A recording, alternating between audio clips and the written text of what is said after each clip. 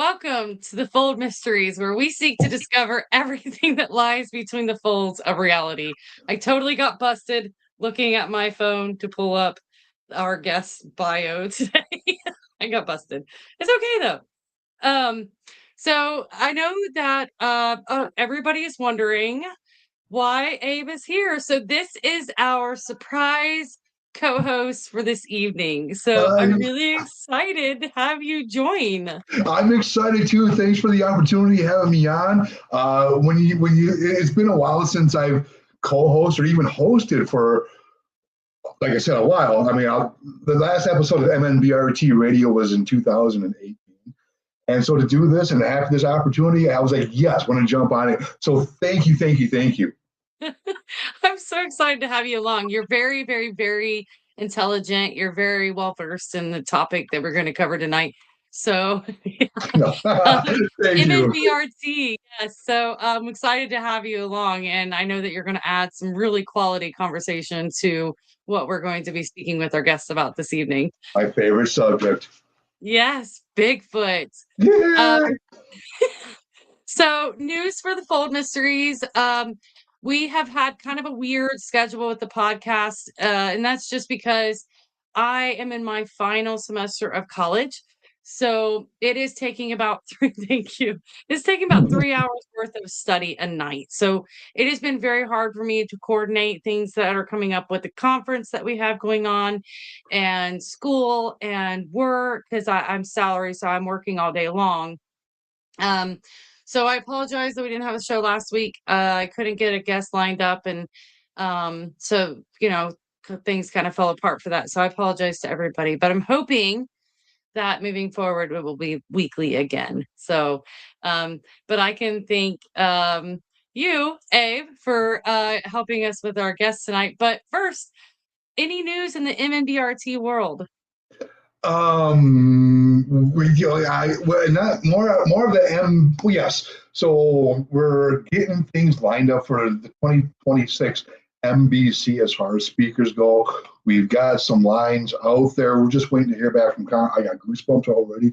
We're waiting to hear back from a confirmation. However, as far as research goes, the last 2 years in the wintertime, they've been really, really slow as far as reports and things like that. I haven't even heard anything as far as weird vocalizations or anything or mysterious footprints. So yeah, this past 2 years, it's just things have really been quiet. However, there's a lot more logging going on in the Northwoods as well. So there could be something out of balance with that too, and that could be part of what we're seeing. I guess you can see in the decrease of possible activity. Other than that, we're all just kind of hunkered down for the wintertime, much like a Sasquatch, basically. Yeah, yeah, exactly, Right? exactly. Yeah, yeah. So, and you're welcome.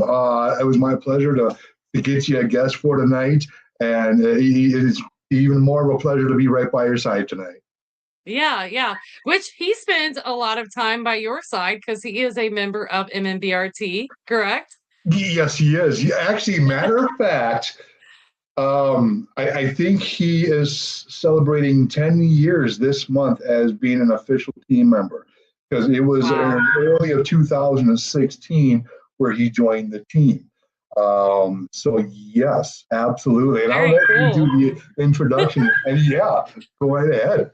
It was All fun. right, so welcome to the stage, Michael Hexum, aka Pops. So thank you tonight for joining us. Well, thank you, and welcome to the North Country. This is Minnesota Bigfoot Research Team's northern headquarters up here. Awesome. I love it. So a little bit about Mike, aka Pops, is a member of the Minnesota Bigfoot Research Team, MNBRT, and has had 3 Bigfoot sightings that took place in northern Minnesota. Most recently, one July 11th, 2021, while filming a YouTube show called All Gas No Brakes. His first sighting happened in the early 70s. Since joining the Minnesota Bigfoot Research Team, Mike has been on Animal Planet's hit TV show Finding Bigfoot, along with A. Del Rio, Elusive One. That's you. Mike is also in Mike's Quest book, Bigfoot, the Minnesota Scene. In going out with the team, Mike has heard wood knocks and has heard the Ohio howl while the team, were in between two creatures and an undisclosed location back in July of 2018. It gives me great pleasure to welcome you, Mike, to the show. Well, thank you. Pops. Happy anniversary. Also we did the what was that show we did? Minnesota Public Radio. Yeah, we did the Minnesota Public Radio show. Yeah, that was interesting. Yeah, you were telling me about that too, Abe. So how was that, like being on like a radio show frequently? It was kind of interesting because everything I've done for the last 40 years, I kept to myself. I really didn't tell anybody I was into Bigfoot research. And all of a sudden, we did that NPR show, and they had a video on it, and then we got into the newspapers, and it's like, oh my God. The word's out now, so people that I knew for years had no idea I was doing Bigfoot research up here. I kind of kept it quiet. Yeah. I mean, that makes sense. I think a lot of people go through this period where if they didn't start in the limelight, where one story gets out and the next thing you know, your name's a little bit more well known. So yeah, it's a whole different world when people look to you for Bigfoot experiences, Bigfoot advice. So I find that interesting. How long did you research before you started on the radio show? Oh boy, I started in the late 70s, I think, somewhere around there. I had my first sighting in the early 70s, and I kind of kept my mouth shut. My dad didn't really want me telling anybody about what I seen. And living up here in northern Minnesota, I'm about probably 60 miles or maybe less from the Canadian border. I grew up with a lot of the old lumberjacks up here that were cutting trees back in the 40s, 50s, 60s. And I started talking to them in the 70s, and they would tell me stories about what they seen out in the woods. And that's when I first started to learn more about what I had seen. And then, of course, the Patterson-Gilman film came out, and then Finding Bigfoot. I was watching Finding Bigfoot every week, and that would give me some of the answers to the questions I had myself. But I've experienced a lot of stuff up here in the last 40 years. Strange smells, wood knocks, mumble talk. Seen 3 of them, one at 20 feet away. Taken a lot of reports over the years from people that have had sightings up here and where I live. In fact, there's a friend of mine that's had, he's gave us 2 reports, about one on his property and then another one out where he goes fishing.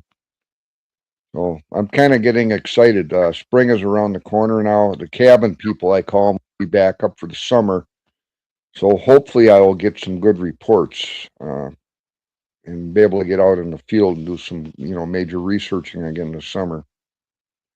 Yeah. So is that when you typically tend to see a lot more activity, a lot more movement, is more towards the spring and summer?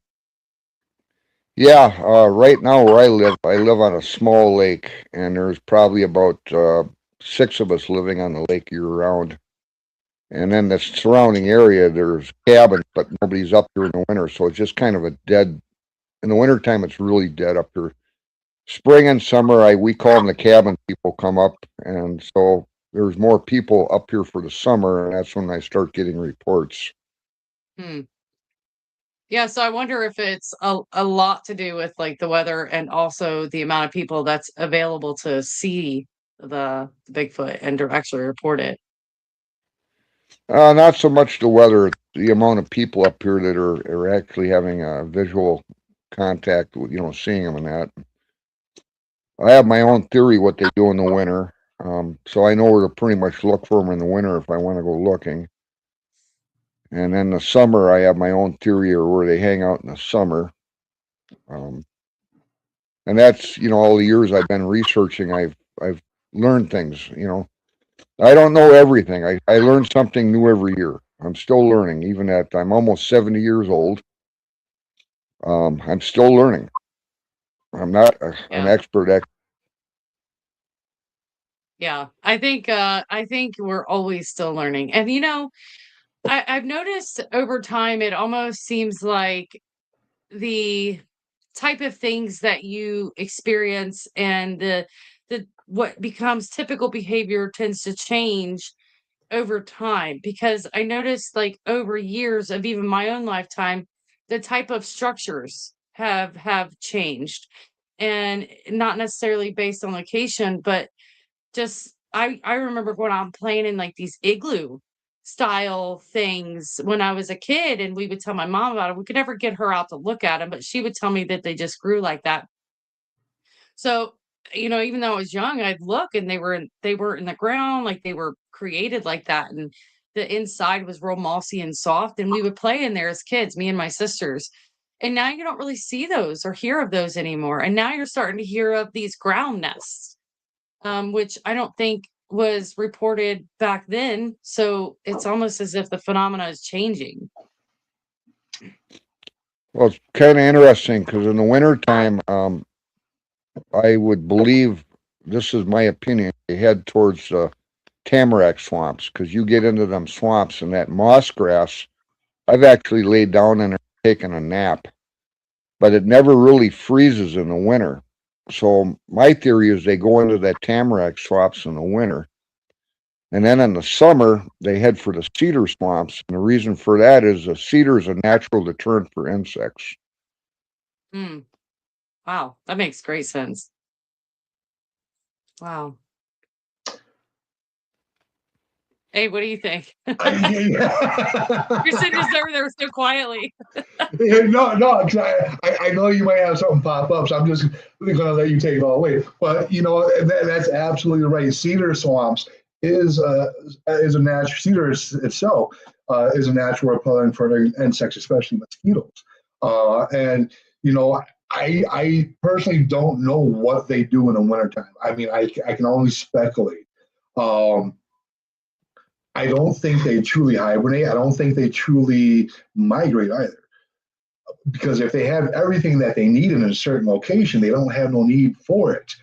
Um, and this is, I mean, we were just talking about before Mike came on, we have temperatures that are well below, well, minus 25, minus, in some regions of Minnesota, minus 50 degrees below zero. And I'm thinking to myself, what the heck? I think to myself every winter, what the heck are they doing at this time? Is going into a place that he mentioned where it's warmer in the wintertime even feasible for a creature that size? I know for animals, a lot of times they have to be brought into a barn or something like that when it's that cold. But for a primate or a species of Homo, to be out in that, they would have to make some kind of a shelter or even find a way to go subterranean, I would think.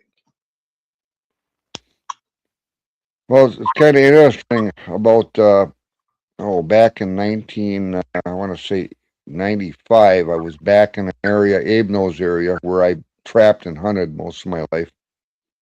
And we had an extremely bad winter that year, and I found quite a few dead deer carcasses in the woods.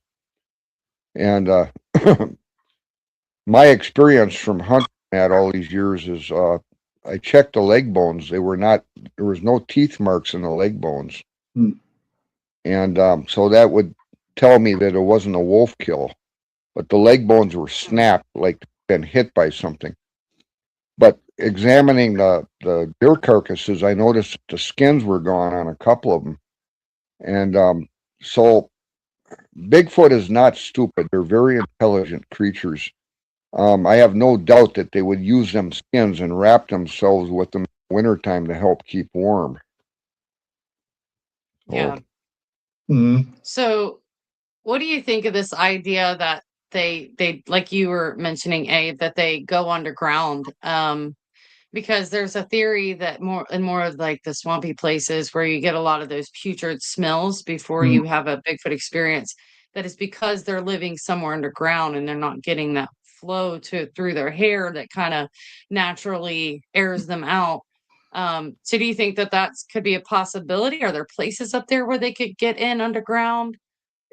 So there's lots of mines and abandoned mines and old mines up in northern Minnesota because there's a lot of taconite or iron mines, I should say. And it's not too far out of the ordinary to think that they could utilize one of those. But there's, for an instance, I mean, a lot of mines that are a lot of underground caves, for instance, can retain a certain temperature year round. If it's too hot, you can go in there and cool down. If it's too cold, you can go down there and stay stable and warm up as well. A great instance is a cave in Wisconsin called Crystal Cave, and I think it stays right around 50-ish or so degrees year round, which is not freezing cold for a being that size. I would think something like that would be more sustainable and more feasible. Versus staying out in the cold winter long. It's just about where to look. And, you brought up smell. And the thing is with the smell, there are some bogs out there that maybe really never truly freeze over because of the heat that they hold. And with that being said, if you ever stepped in a swamp or in a bog or something like that, it's not the best smelling thing either. So is it that they're kind of, if this is all speculation and ifs, because we really don't know, are they utilizing them and sitting in those to stay warm? And is that attributed to sometimes with the smell as well? Almost like we would think of a natural spring hot tub or something like that. Yeah, that actually makes a lot of sense. That actually makes a lot of sense. It's just a lot of questions to this thing. And, I love talking about it. And Mike, he's very knowledgeable, very, very knowledgeable. We've learned a lot from each other over the past 10 years. Actually, yeah, I remember him, I think it was probably back in 2009 when I first started MNBRT Radio, or 2010. I had him on the show, and, then we just really kind of started talking within the past 10 years and stuff. So it's been an amazing adventure with this man, this young guy, that's awesome. This grasshopper. So, Mike, you have had 3 separate Bigfoot encounters. You said you had your first sighting in the 70s. So you've spent a lot of time out in the woods, obviously, from what it sounds like.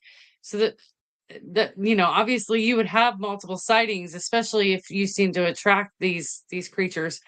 So, I mean, do you want to talk, however long you want, briefly or more extensively, about one of your more impactful Bigfoot experiences? Well, I could talk all night about my experiences. Believe me, I've had infrasound done on me. I've heard their mumble talk. I had 2 of them talking. I was about 30 feet away. I could hear both of them talking. I could mimic the mumble sound perfectly. According to Ron Moorhead, I could. But yeah, my first experience, I grew up in a hunting family. So an area where I still hunt. I've been in there for, oh gosh, almost 60 years in there hunting. My dad and I were in there, and it was a game reserve. And I was sitting in my deer stand on, I can't remember, it was opening morning now. This is like 1972, I believe. But I had one walk into my shooting lane about 20 feet away, and the wind was coming towards me. It couldn't sense me. And all I remember was the bitter smell I could smell. And this thing was standing in my shooting lane, and it was looking around, and it's going like, what in the heck is going on here? Because prior to us hunting in there, that was a game reserve for almost 50 years. There was been nobody hunting in there. And my uncle was the state trapper for Itasca County at the time.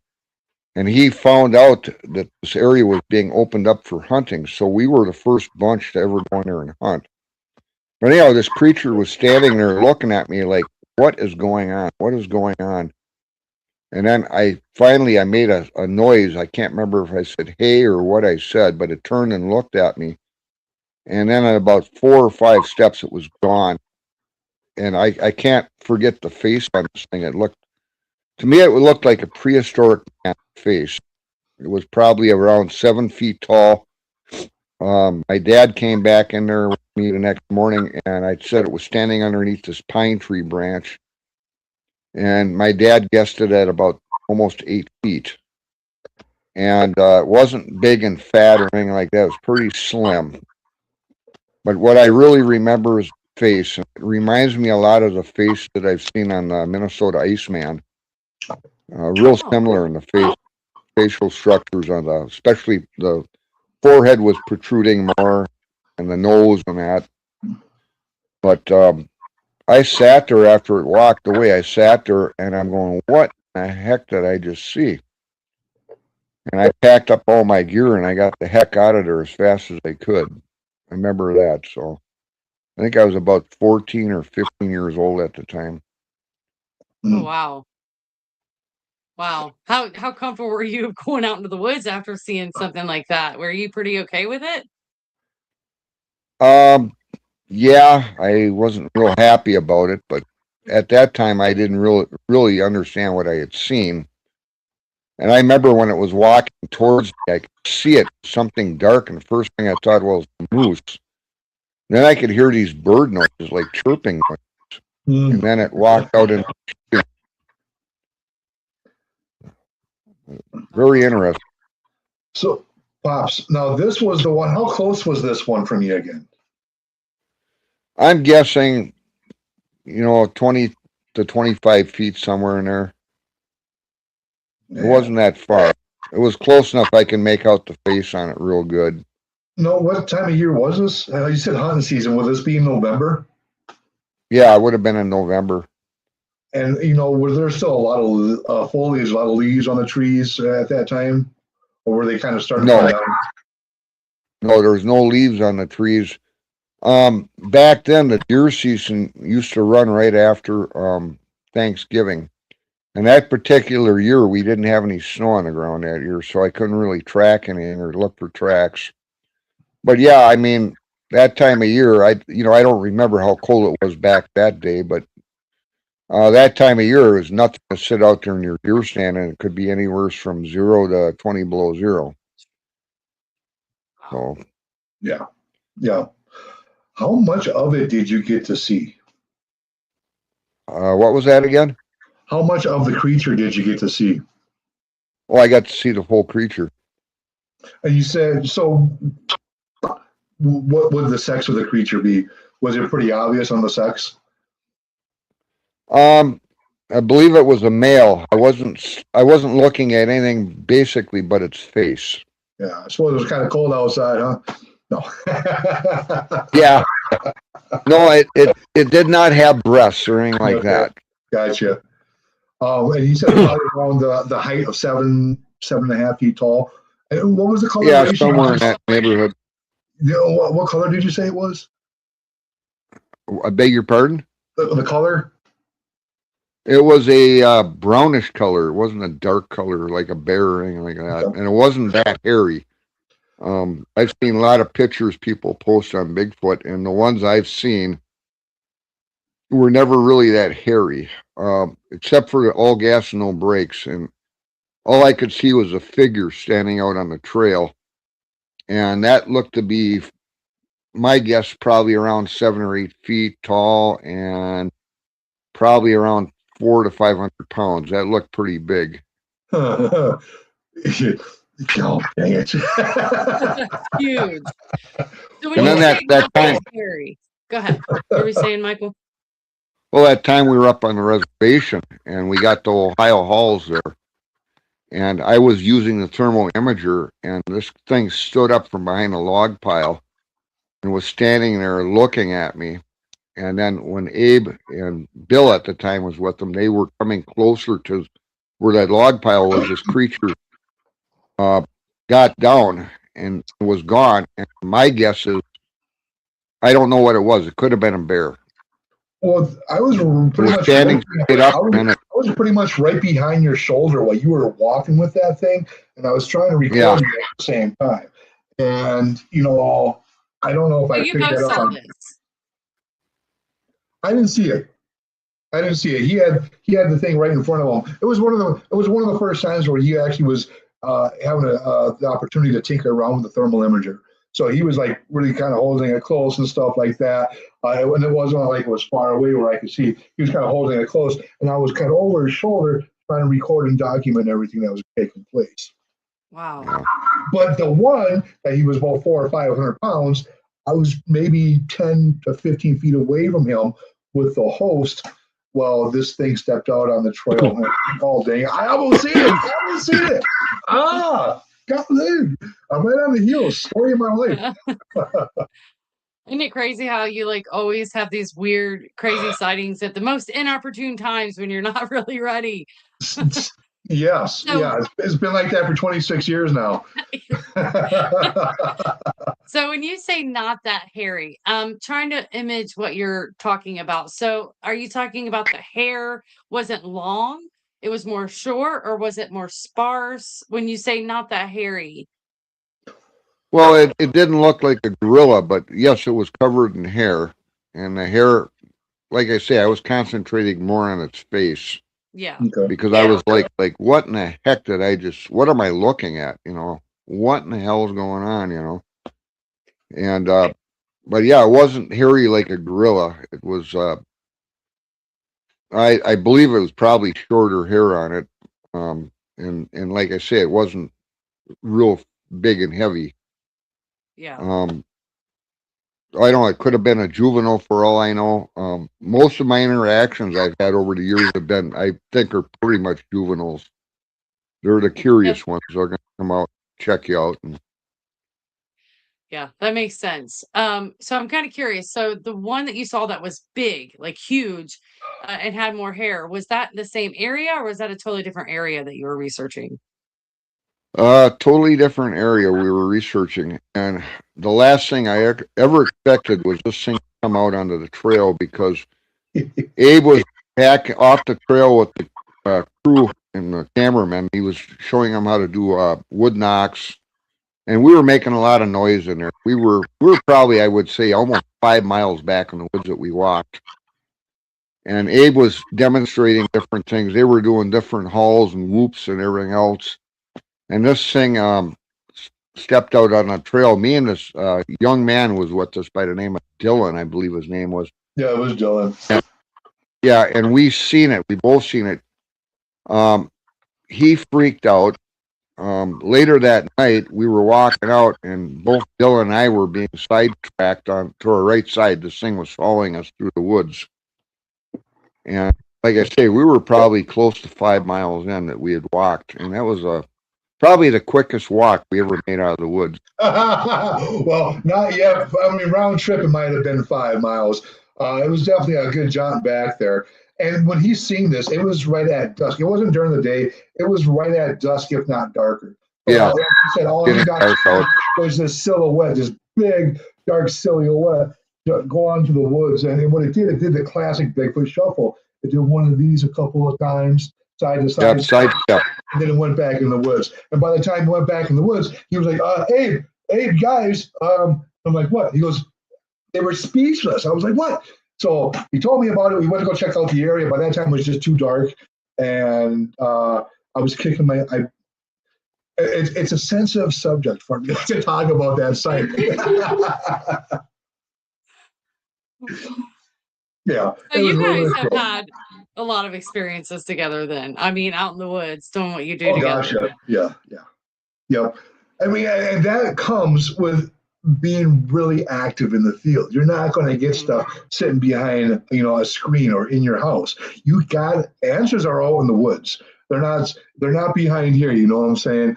The discoveries are out there. We got to get boots on the ground, and that's why these things happen.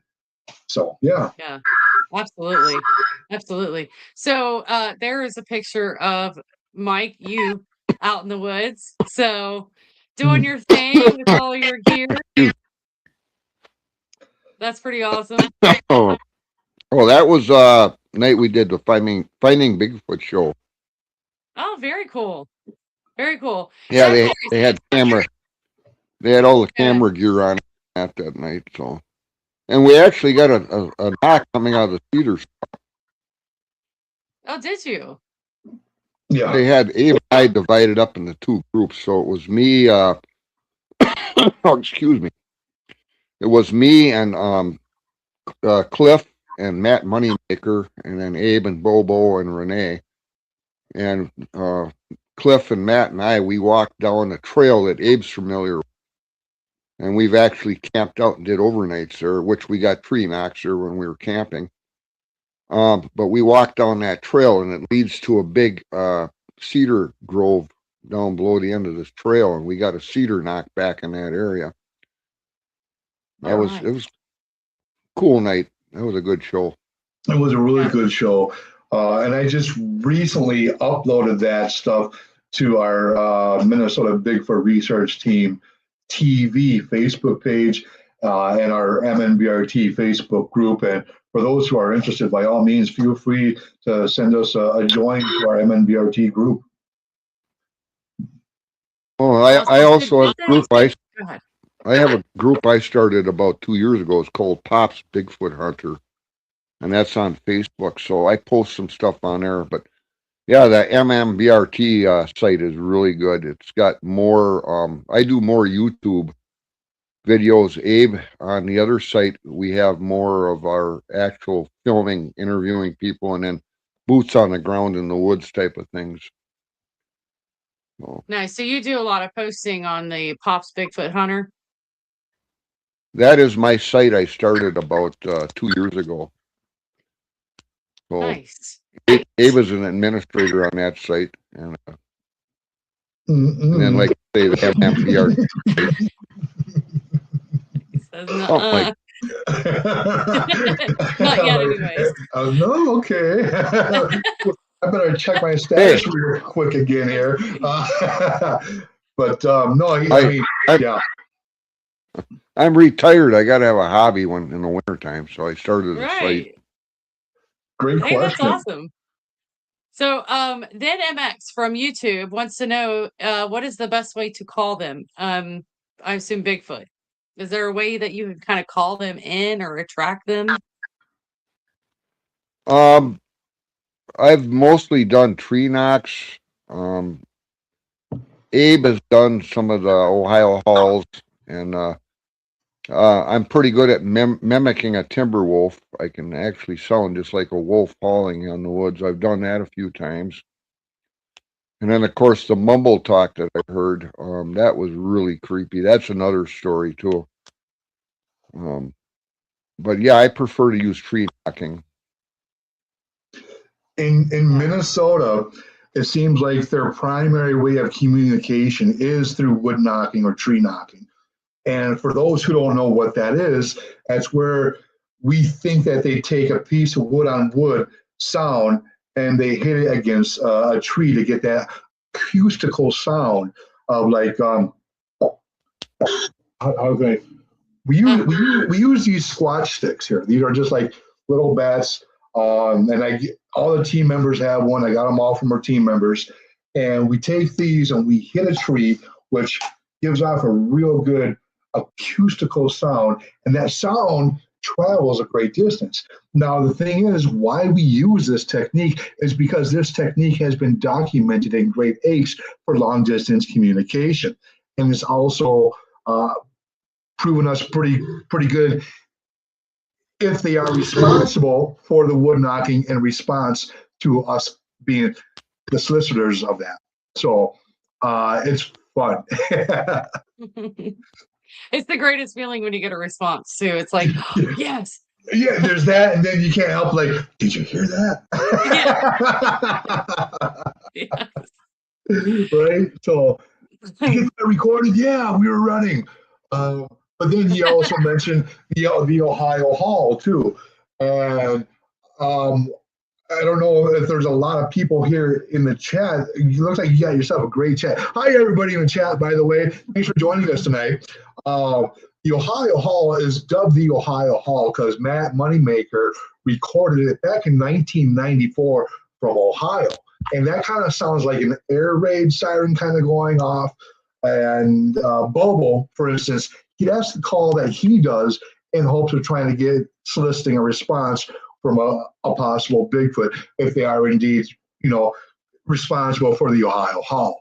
Yes, Pops and I were in between two, what we think there are Bigfoot creatures that were doing the Ohio Haul from the left, Ohio Haul from the right, and the team is right in between on a piece of land in between that going on.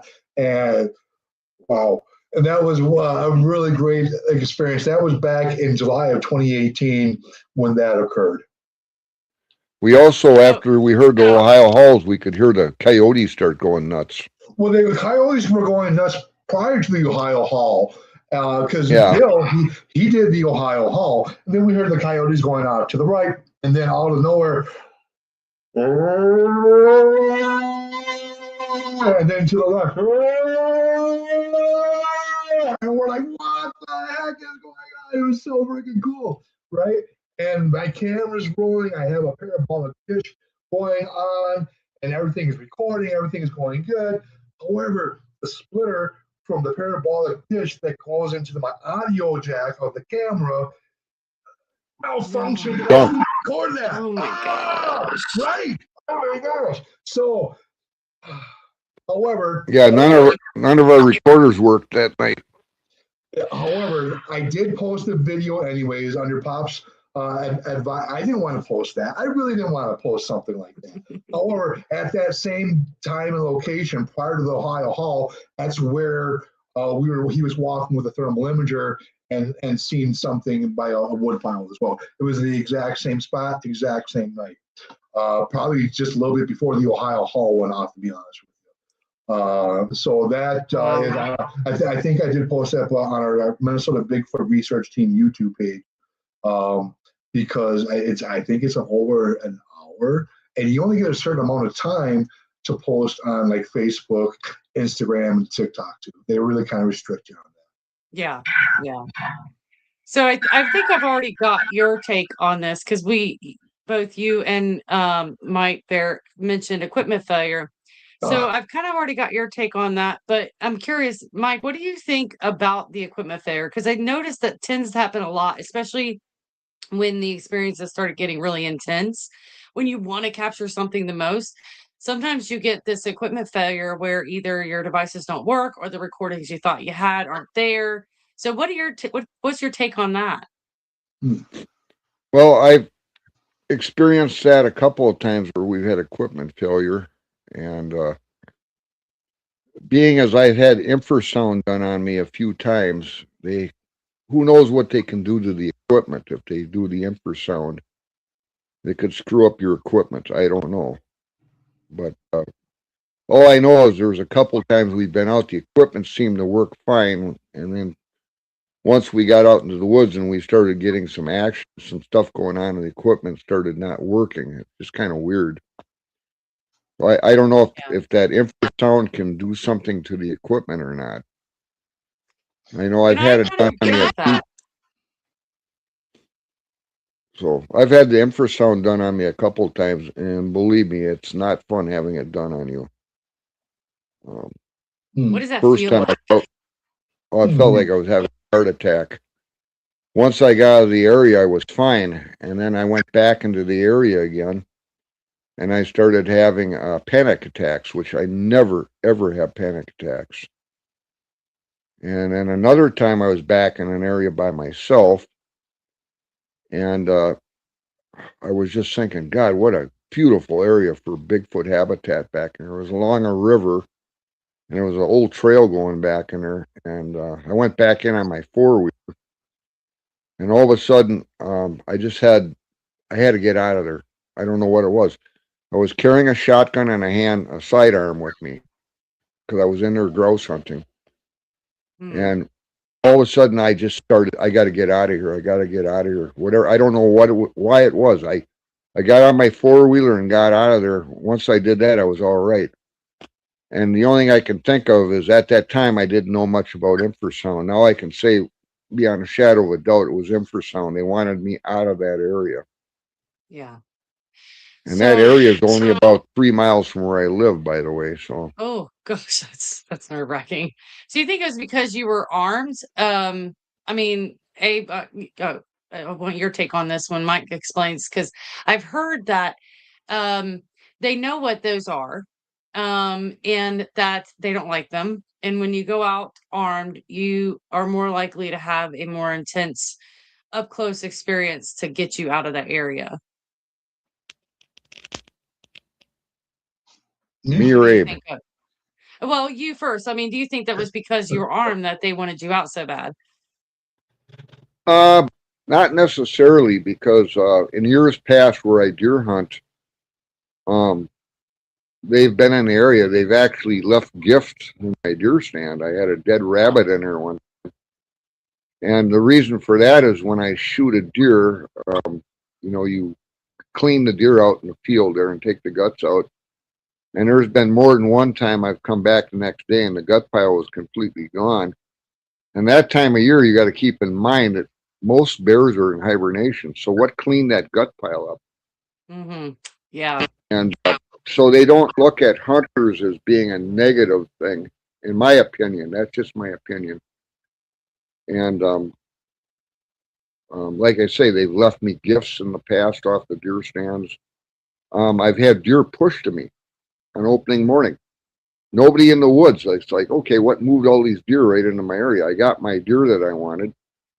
The next day I come back because we're hunting with the hunting party and the gut pile's gone. I go, okay, if they pushed a deer to me, I shot the deer. I left the remains that I wasn't going to take. And the gut pile is probably the best part of the whole deer for Bigfoot. It's got the best meat in it for staying warm or whatever you want to call it. Most nutrition. That makes a lot of sense. Yeah, because it's a lot of organs and stuff. What Yes. about you, Abe? What do you think about the whole gun thing? You know, I think to a point you might be right that they do know what they are. I think that they know what they are capable of because they've been watching people hunt in the woods for hundreds of years, right? Let's put it that way. So they know that they got the stick that they point and it makes a sound and an animal goes down and dies or gets wounded and there's a blood trail. Um, I think they do know that. However, I know they watch the hunters as well for a free meal. Now, um, if you look at our logo here, there is right here. It has a deer over its shoulder, and Ah, there's been hunters that have relayed that they followed the blood trail, they seen where the deer should have been, and they're looking around, but they off in the distance they see this big, tall, dark thing with the deer over its shoulder. And I was like, "That's awesome!" So wow. yeah, so that's why I think they also can, if they can get away with it, and if the deer falls far enough uh, away from the hunter, why not get a free meal? I mean, we're talking about a scavenger. We're talking about a creature that can come up and raid outdoor refrigerators and freezers, like at the Seas of Honabi in Honabi, Oklahoma. And the chicken coops, there's rabbit coops and stuff like that. They've been they I was researching down in Iowa, and the person who I had a renter on this property, this renter's dog was barking and barking and barking. It was a husky, and then there was silence. And so they went to go check on the husky, and this husky was on a chain, but they seen this creature walking off with a husky under its arm. And then what about the Falk monster in Boggy Creek in Falk, Arkansas, where the thing is carrying off 100-pound hogs and stuff like that too. So we're talking about something that's very opportunistic and a scavenger that will seize the opportunity. If they really wanted Mike out of the area, I think he would have started experiencing more of debris being thrown at him, sticks and rocks and things like that, maybe shaking of trees, because that's what we see with great apes when that occurs, and even younger, even monkeys too. Um, yeah, but Well, like, a lot. go ahead, Mike. Well, a lot of times, okay, if they do infrasound on you or they want you out of an area, it's my opinion is because you get too close to the clan. And that year we did that finding Bigfoot was in that same area where I hunt. And that open morning in November, I had rocks and sticks thrown at me in the morning. And then when it got light, they did the imprint sound on me. And in my opinion, that was their way of showing they were not happy with me bringing people into that area with film crews and all that. They were not happy about that. I kind of like I ruined their trust with them. Wow. They're, Wow. they're intelligent. They're not stupid. So. Oh, yeah. So what was it like after that experience where you felt like you ruined your trust? Did it take you a while to kind of have some more encounters there, or? Um, yeah, I've not had a whole lot of encounters in that area since.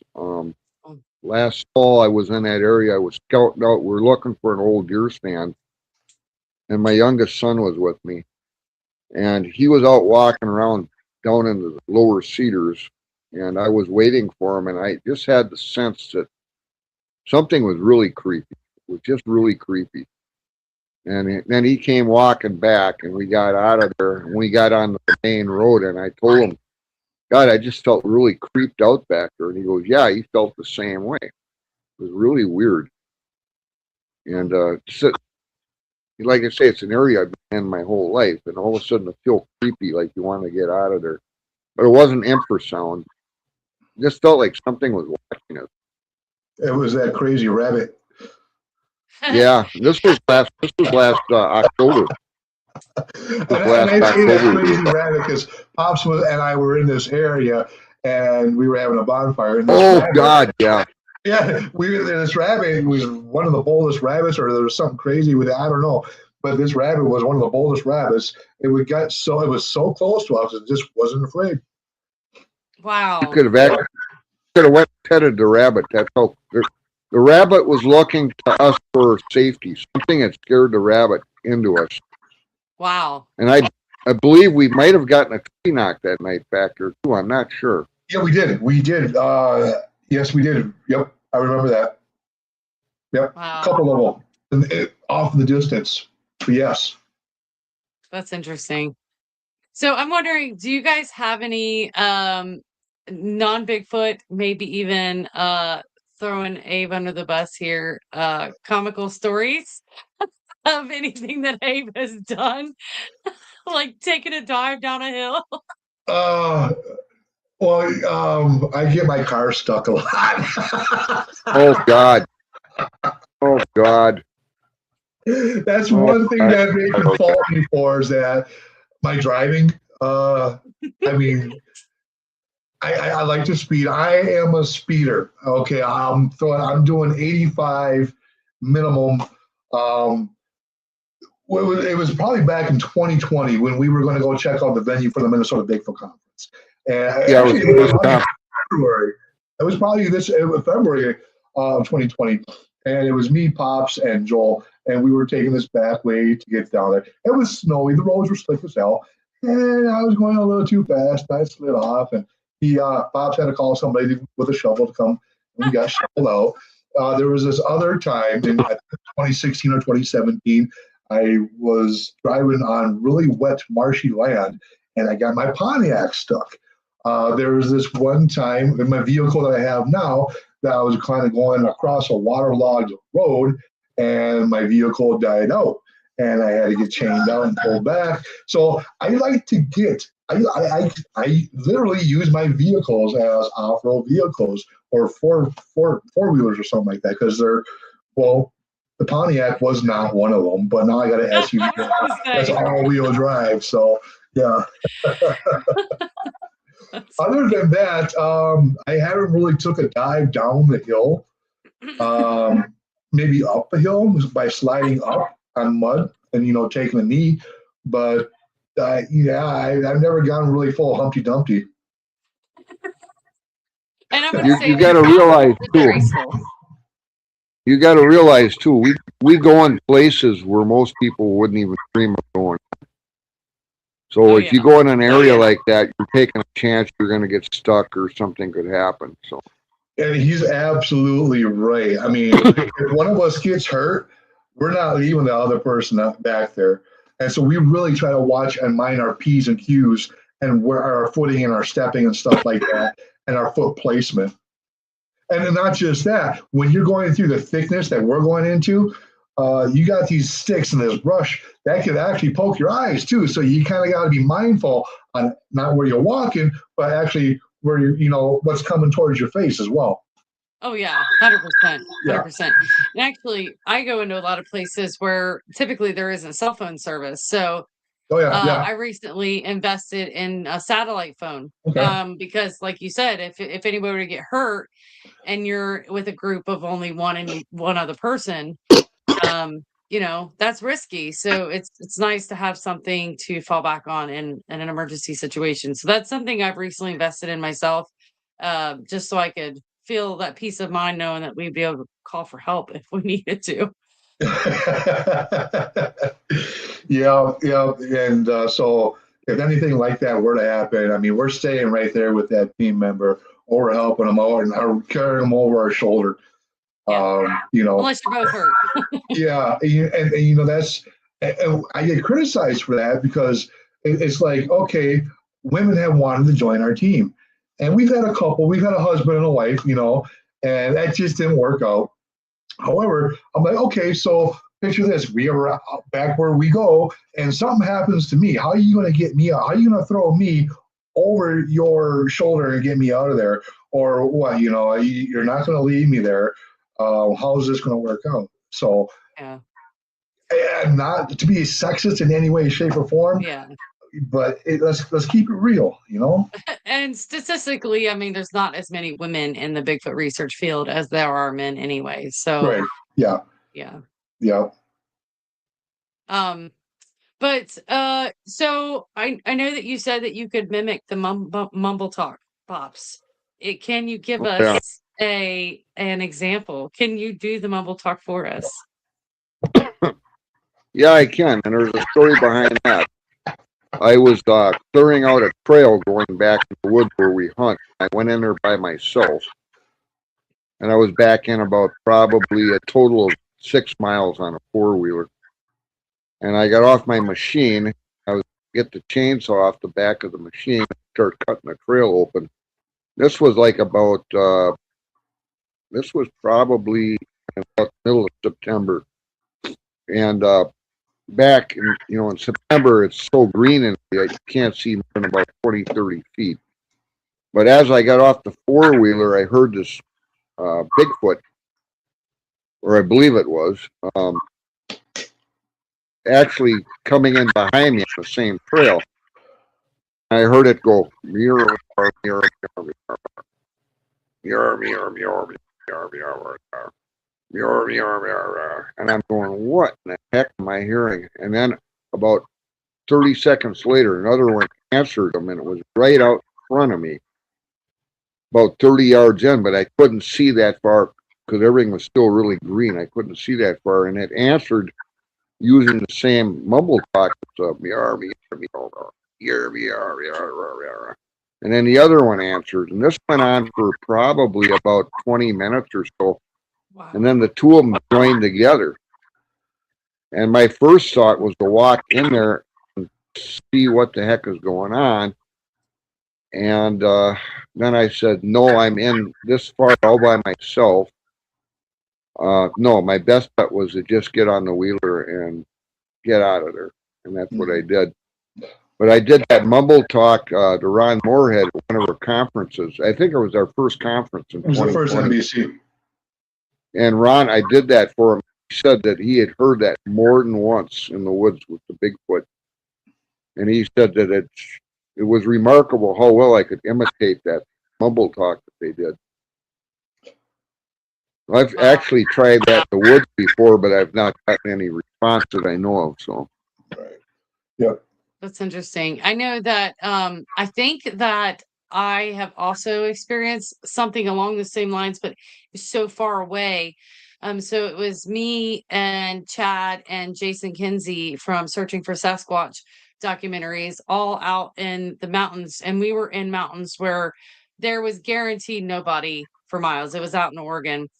And we heard that, and I didn't hear it at first. Jason heard it first, then Chad heard it. And they're like, sounds like somebody's talking. And then I heard it and I'm like, okay, yeah, it sounds like maybe somebody talking off in the distance. So it's interesting that that seems to happen a lot with these Bigfoot experiences. And I'm kind of wondering, not a lot, but you hear people talking about it. I'm kind of wondering, like, what is the goal of this sort of speak? Are they speaking to each other? Are they just grumbling that you're in the area? Or like, what's your theory on the purpose behind the way they're, because they can definitely make louder sounds. Well, they definitely have their own language. I have no doubt about it. And they were talking, both of them were talking loud enough that I could definitely hear them. And I know they could hear each other. So to me, that's their form of language. I just don't understand what they're saying. And they probably don't understand what I'm saying either. So it's kind of like a foreign language. Makes a lot of sense, actually. I think And Bigfoot just swiped Abe. Oh, nope, there he is. No. I don't know if are you familiar with the Bigfoot recordings at all? Me? Yes. Oh, yes. Okay. Like the chatter and you're talking about yours specifically? No, I'm talking about Ron Moorhead's Sierra Sound CDs, the Bigfoot recordings that he recorded. Yes. Yeah. So, and for got those who the are ball blaster. for those who are not familiar with that, all these great people in your chat room, I would highly recommend if you can find, Google it, and you might be able to find some of the Bigfoot recordings on YouTube as well. And you can hear interaction between creatures. One have a deeper voice and the one in a lighter voice, which we would think it would indicate male and female conversation. And even above that, as Pops has mentioned, that they have their own language. Well, retired Navy cryptozoologist, great friend of mine, brother in research, R. Scott Nelson, has what he has combined and put together as the Sasquatch phonetic alphabet from listening to Ron Moorhead's Bigfoot sounds and Bigfoot recordings. So where there is language, there's also culture. Yeah, that's so true. Absolutely. Great point, Abe. Yeah. I love it. I'm geeking out. Sorry. Yeah, I can tell how excited you get because you keep talking, you keep rubbing your arm because you keep getting these chills. I get goosebumps talking about it. Me and Mike, we have just passion for this, and it's like when we're together, we're just keep on lighting each other's fire for this passion and stuff like that because we really like what we're doing here. I can see Pop smile too. You can tell that you're passionate about it too. And I feel like he's thinking about the rabbit again. Oh, you know what? That's what makes it fun is how we enjoy being out there and the excitement that it gives us. So yeah, I can tell you guys are both very passionate about it. Oh my gosh, yes. Yep. You know, and with Mike having seen 3 of them, I wanted to go back, if you don't mind, and go to his first encounter. And because he said he was really focusing on the face, and he described it as looking like an ancient man, a prehistoric man of some kind. Now, Mike, when you were looking at that, how would you describe the head? Was it more conical? I got a couple for instances here. So we can see Patty's head, sculpture of Patty's head, of it being more conical versus the Minnesota Iceman's head, where it's more roundish. How would you depict the ones that you see? The one that I seen at that close range was more roundish. But what I remember, what really stuck out was the way the forehead protruded over the eyes more. And then the nose was big and fat and flattened kind of. And then the mouth, the lips were huge. And I had, back in the 70s, a friend of mine worked at the state fair in Minnesota. Mm. And he got me into the Iceman expedition exhibit. And he got me early in the morning before the ferry started. And I looked at the Iceman in that glass coffin. They had it frozen in there. Yeah. And what I remember that really rings a bell with the research was the smell. How bad it smelled, because they were having a problem with the refrigeration unit keeping this thing frozen. And I could remember the smell. I've smelt that out in the woods more than once when I've been out in the woods researching. And then another thing with the Iceman finger, the bone was protruding through the finger. And what convinced me it was real, and I know there's been a fake that what convinced me this was real is back then they didn't have the technology to make stuff like they would now. Yeah. I mean, this was too real to be made, be a fake. But the face was real similar to the Iceman, except that this creature was about 3 times bigger than the Iceman in the coffin. So I'm guessing the Iceman probably was a juvenile, younger one that they had. Right on. And so it had a brow ridge, basically. It didn't have a sagittal crest, but it had a brow ridge, and it had a really flat nose. You mentioned that it was probably about 20-ish, 30-ish feet from you. How would you, did you see any, can you describe teeth with its mouth ajar or the color of the eyes? The eyes were dark. Really didn't see any teeth. Like I say, I could smell it as well because it walked into me and the wind was coming out of the north. So actually the wind was coming into me. I could smell it, and it never scented me. It didn't even know I was there until I made a noise. And then it turned and looked at me and just stood there and stared at me. And then it turned and like 4 steps, it was gone. Wow. Back into towards the cedar stands. You brought up smell. We talked about smell earlier in the show here. How would you describe it? And because we talked about different kinds of smell, like for the example, the Florida skunk ape kind of has a skunky sulfur smell, versus some of the ones up here, probably in Minnesota, that just smell rancid or like a swamp, wet dog, wet deer. How would you describe the one that you kind of smelled? I've actually smelled. I've got a couple different times I've smelled them. I think probably one of the most common smells to them would be smell like a wet dog, a real dog that hadn't had a bath, or a wet dog, kind of like a swampy smell. Another time I smelled the woods. I thought somebody was actually baiting for bear. It smelled like rotting garbage, meat. Right. Yep. And I walked the area looking, couldn't find it, so I knew it wasn't somebody bear baiting it. The Squatch had been in the area. In fact, the area real well. It's where we camped that time out there, and on the hill behind us, the lake's in front of us, and the hill behind us.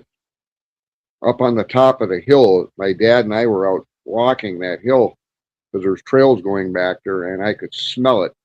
And we thought somebody was in there baiting for bear hunting. And I left my dad in that spot, and I walked circles bigger and bigger and bigger each time I'd walk a circle. Sure. And I never found what made the smell, and then the smell went away. Mm-hmm. So that tells you right there that, it was something moving. Right. Yeah, absolutely. Absolutely. 100%.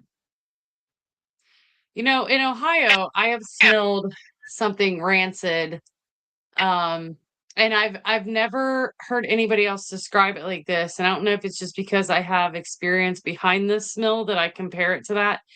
But when I smell these random smells, and like Pops was saying, it disappears. So it's definitely something moving.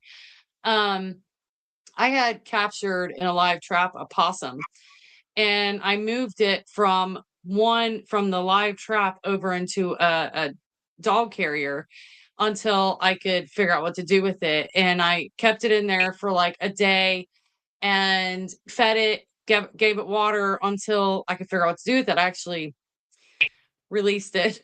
Right. Yeah. So I actually released it later. But while it was in there, this smell, it was just this very, I don't know, almost mildewy, mixed with wet dog smell. But when I smelled it out in the woods, it smells exactly like that, mixed with urine. Like there's that urine additive smell to it. So if anybody has ever had an enclosed possum in a dog carrier for a day, they kind of know what smell I'm talking about.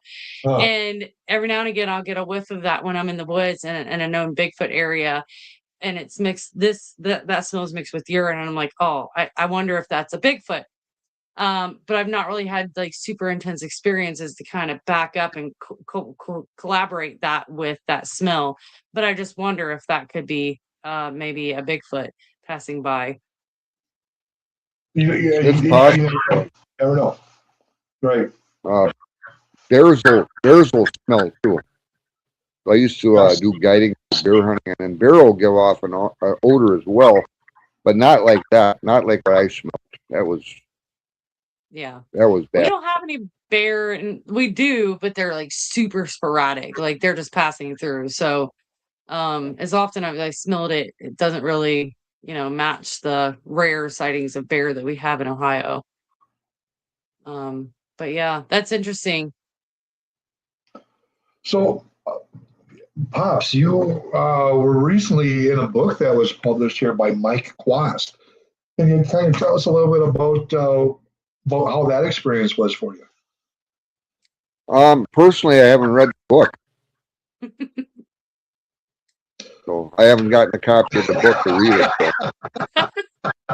So. Well, okay. So the book is called Bigfoot, the Minnesota Scene, by Mike Quast, and it's put out by our good friend Hanger One Publishing, who is also known as Doug Hychek, who is the producer of the original Monster Quest on History Channel. And you can find Mike here on page 24 of the book. And he has a couple of pages of, he has a couple of pages here of his encounters and what he does. So, yeah, it's definitely a book that it's about Bigfoot's researchers and their investigations here in the land of 10,000 lakes. Because let's face it, Bigfoot's all over the United States. So why not the land of 10,000 lakes when we have food, water, and shelter, and a lot of woods too? So it's a really, really good book. I think Mike did a great job at saying, what he kind of covered here. But also the other Mike Quast, he has also published a couple other books as far as Bigfoot here in Minnesota as well. So check that out when you get it. Very cool. Yeah. So sure, we can find that on Amazon. Amazon has pretty much all the books. Totally do. Yeah. I'll have to get a copy. Yeah. I'll What's funny is, yeah, I don't know if you guys have a habit of this, but I fear watching myself on TV or hearing myself on podcasts. I tend to not focus on myself if I do watch or listen to anything that involves me. Why? You're great. Don't know. Just pick yourself apart. And I don't know if that's why Mike hasn't read You're it. doing a great job here. You're amazing. Oh, hell yeah, I'd watch it. I'd watch it again. Awesome. Well, I appreciate that. Yeah. But so people can definitely find Pop's personal work on YouTube and Facebook under Pop's Bigfoot Hunter. And also some things on MNBRT on YouTube and Facebook as well. And I know it's not MNBRT, it's Minnesota Bigfoot Research Team. That is on YouTube. Yeah, correct. And just a correction, Pops, I don't know if you're on. Do you have your Pops Bigfoot Hunter on YouTube yet? Did I what now? Are you on YouTube besides your personal YouTube page? No, I've been meaning to do that. I just haven't gotten around to it. So, being at 68 years old, I'm not as technical as you guys. I mean, it took me a year to figure out how to work this damn phone. So just for the correction, Pops has a Facebook page called Pops, or a group, I should say, called Pops Bigfoot Hunter. We have Minnesota. That's on you. Yep, not on YouTube yet. And then for the team, we have Minnesota Bigfoot Research Team on YouTube, Minnesota Bigfoot Research Team Facebook page, Minnesota Bigfoot Research Team TV Facebook page, MNBRT Facebook group, and Minnesota Bigfoot Conference Facebook page. My site is on. Yes. Yeah, my site is. Yep. What was that, Mike? I said my site is on Facebook. I am going to get a YouTube page going because I want to start doing some filming out here I get bored. I got all the time in the world. I want to start getting back into some areas and doing some filming this summer. So that means I have to buy a camera and figure out how to work it. Sometimes a really nice phone with a really nice camera is all you need. That way it's already there and you can just upload it. We'll get him a Polaroid. No. I'm the old man on the Have team. fun picking on you. I'm the old man on the team, so. Oh my gosh. That's all right. You bring the flair, I'm sure.